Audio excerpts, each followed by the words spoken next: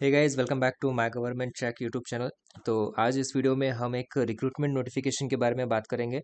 Post का नाम है material assistant. Ministry of defence की तरफ से ये एओसी रिक्रूटमेंट आया हुआ है और total vacancies, number of vacancies है 419।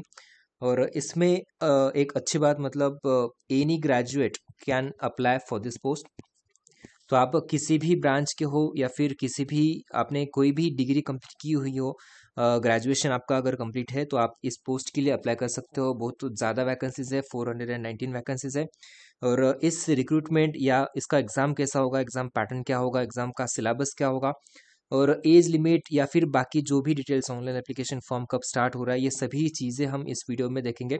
तो वीडियो जो है लास्ट तक देखना और अभी तक अपने चैनल को सब्सक्राइब नहीं किया होगा तो सब्सक्राइब करके बेल आइकॉन प्रेस कर देना ताकि इसी प्रकार की वीडियोस आपको मिलती रहे। तो ये रिक्रूटमेंट का नोटिफिकेशन है, आर्मी ऑर्डिनेंस कॉर्प्स की तरफ से ये रिक्रूटमेंट का नोटिफिकेशन आया हुआ है। तो टोटल नंबर ऑफ वैकेंसीज अगर आप देखें तो 419 वैकेंसीज है।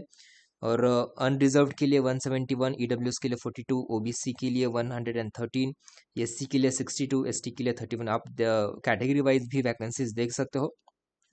और ये जो पोस्ट है, पोस्ट का नाम है मटेरियल असिस्टेंट MA। और इसकी जो पे स्केल होगी, ये पे स्केल होगी 29,200 टू 92,300 तक, ठीक है। और क्या क्या डिटेल्स है इस पोस्ट के बारे में हम सभी इस वीडियो में देखने वाले हैं। तो वीडियो जो है लास्ट तक आपको देखना है।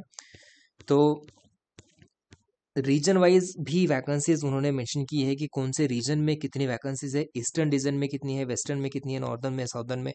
तो आप यहाँ पे वैकेंसीज, नंबर ऑफ वैकेंसीज देख सकते हो कि कौन से रीजन में कितनी वैकेंसीज है। और उसके बाद एलिजिबिलिटी क्राइटेरिया क्या होगा, मिनिमम एजुकेशनल क्वालिफिकेशन क्या होगा मटेरियल असिस्टेंट ये पोस्ट के लिए। सबसे पहले बात तो age limit 18 to 27 age limit है। और एज रिलैक्सेशन भी होगा, जो भी कैटेगरी के स्टूडेंट्स है या फिर पीडब्ल्यूडी के स्टूडेंट्स है तो उनके लिए एज रिलैक्सेशन भी होगा।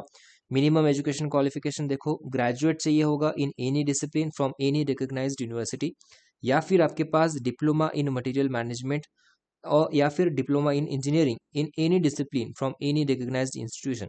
मतलब क्या कि आपके पास अगर ग्रेजुएशन कंप्लीटेड है आपका और ग्रेजुएशन की डिग्री है, या फिर आपका diploma in any engineering discipline अगर आपके पास है तो आप इस पोस्ट के लिए अप्लाई कर सकते हो।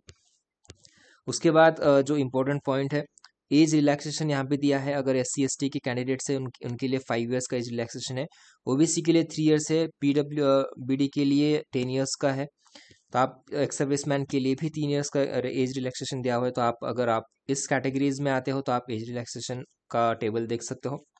उसके बाद नेक्स्ट इम्पोर्टेंट जो पॉइंट है यहाँ पे कि एग्ज़ाम के बारे में, कि एग्ज़ाम किस फेज़ में होगा, कितने टायर में एग्ज़ाम होगा।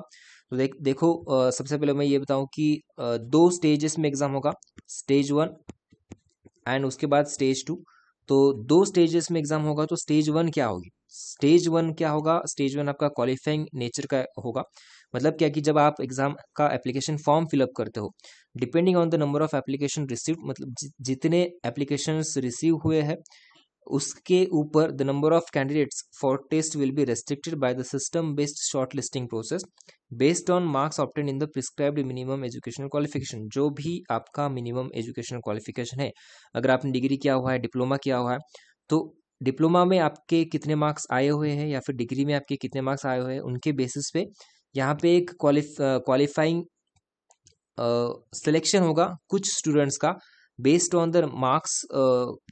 जो भी आपके डिग्री या फिर डिप्लोमा के मार्क्स है उनके बेसिस पे आपका यहाँ पे एक स्क्रीनिंग होगा।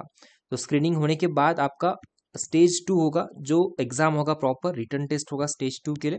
तो ये बात तो आपको समझ में आई कि 2 स्टेजेस में एग्जाम होगा आपका। स्क्रूनिटी बोल सकते हो आप, स्क्रीनिंग टेस्ट होगा सबसे पहला स्टेज, और उसके बाद जो सेकंड स्टेज होगा वो आपका रिटन एग्जाम होगा। चॉइसेस ऑफ एग्जाम सेंटर वो भी आपको दिए जाएंगे। Name of the post material assistant के लिए स्टेज 1 दैट इज क्वालिफाइंग, मतलब ये स्क्रीनिंग टेस्ट होगा। एंड स्टेज 2 जो होगा ये रिटर्न होगा। यहाँ पे आपके जो डिप्लोमा या फिर डिग्री में जितने भी परसेंटेज आए हुए हैं उसके बेसिस पे आपका यहाँ पे स्क्रीनिंग होगा। और उसके बाद अगर आप एलिजिबल होते हो स्टेज 2 के लिए तो आपका स्टेज 2 रिटर्न एग्जाम होगा। तो रिटर्न एग्जाम का पैटर्न कैसा होगा, number of questions, number of marks. 1 2 3 4 total 4 sections होंगे एक पेपर में। सबसे पहला section general intelligence and reasoning, 50 questions होंगे 50 मार्क्स के लिए। न्यूमेरिक एप्टीट्यूड उसके 25 क्वेश्चंस होंगे 25 मार्क्स के लिए। जनरल अवेयरनेस के 25 questions for 25 marks and English language के 50 क्वेश्चंस होंगे 50 मार्क्स के लिए। टोटल टाइम ड्यूरेशन है 2 hours. 150 questions for 150 marks. Negative marking होगा यहाँ पे 0.25 का नेगेटिव मार्किंग भी इस एग्जाम में होगा।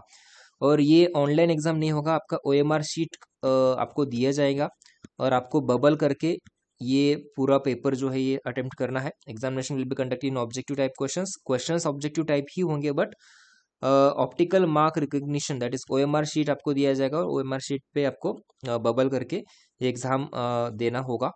150 क्वेश्चंस होंगे 150 मार्क्स के लिए। आपको एग्जाम का पैटर्न समझ में आया, एज लिमिट, एजुकेशन क्वालिफिकेशन समझ में आया, एज रिलैक्सेशन भी हमने डिस्कस किया हुआ है।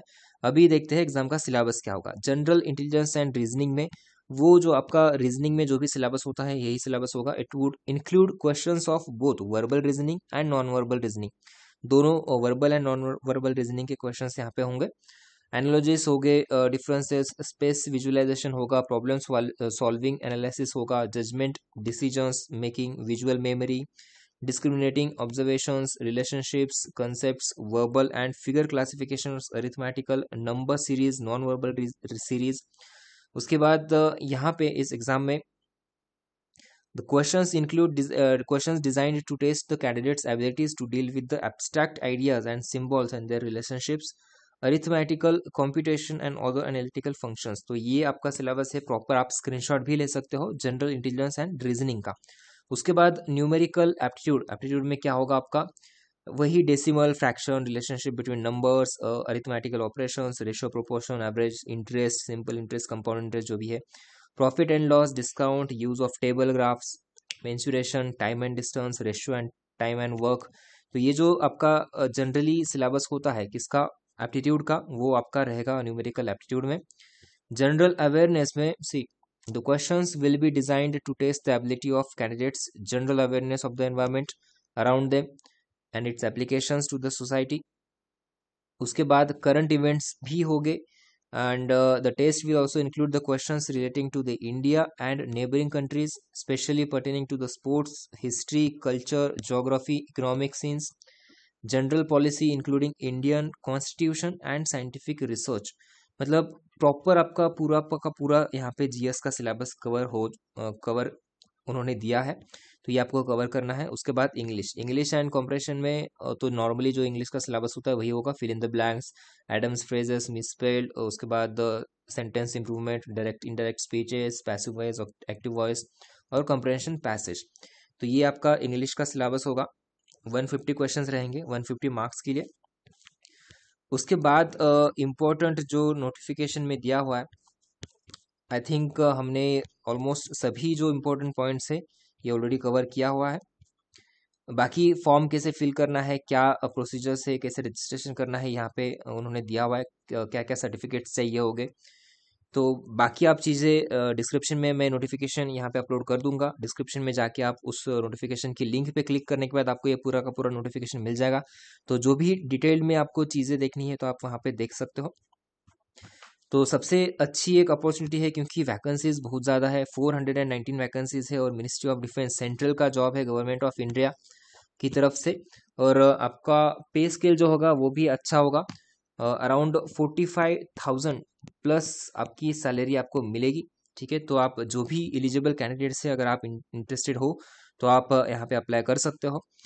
एंड वीडियो अगर अच्छा लगे तो लाइक ज़रूर कर देना, और अभी तक आपने चैनल को सब्सक्राइब नहीं किया होगा तो सब्सक्राइब करके बेल आइकन प्रेस कर देना ताकि इसी प्रकार की वीडियो अपडेट्स आपको मिलती रहे। Thank you so much for watching this video. Thank you.